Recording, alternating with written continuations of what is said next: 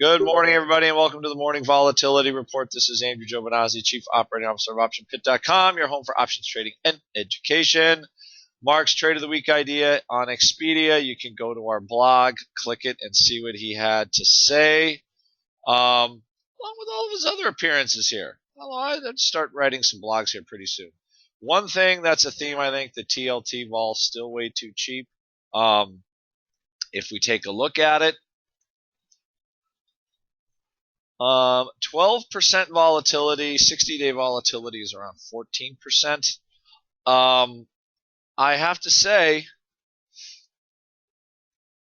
with the market sort of doing what it's doing, the fact, and all signs are kind of pointing to the Fed raising, it looks like. I don't know what that looks like for TLT. The future doesn't look very good for the underlying. It's had a huge drop since last week. These kind of lows, maybe the volatility regime is going, or the interest rate regime is going to change. Stocks are off a little bit on that reality, but they rallied hard until last week, right? They rallied hard. We have a little bit of a reset with the VIX on the weekend, right? And, we're down 0.5%. Now the reason is a raise in interest rates enough to sell off? I guess that's the simple, that's our simple question. As of right now, it really, I would say, it is inconclusive. From a volatility point of view, we are still not back to where, we're, almost at all-time highs. And the reality is the volatility is not back to all-time lows. We have like a 13% 30-day vol. It can get as low as 10, which I think is kind of, I would say, the bottom of the barrel, really. But we're not seeing, I guess the simple thing is, the market is still not out of this, I would just call it the second tier volatility. We kind of tier volatility at Option Pit. It's still in the second tier of volatility because of basically a little nervousness, and it has not gone away. What looks like is happening is we just don't have a lot of reaction one way or the other. So we're going to look at time spreads today, maybe some double calendars and TLT, things like that. Those are the type of trades that seem like they would make some sense.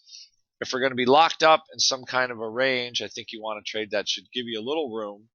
But from a volatility point of view, unless we really see a markdown in volatility over the next couple days,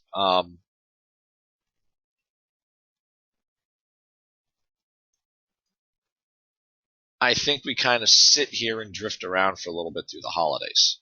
We got 2 weeks to go or 3 weeks to go to Thanksgiving.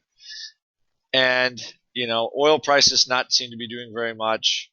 Not much of really anything is happening anywhere. China seems to have stabilized a little bit. And that's where we are. So we'll look for some potential opportunities in, I still think time spreads for the next couple of weeks are going to look pretty good. I don't think there's tremendous volatility risk, although vol could come down. It certainly can come down if nothing's going on. And at this point, 10-day volatility now in the SPY is 9%.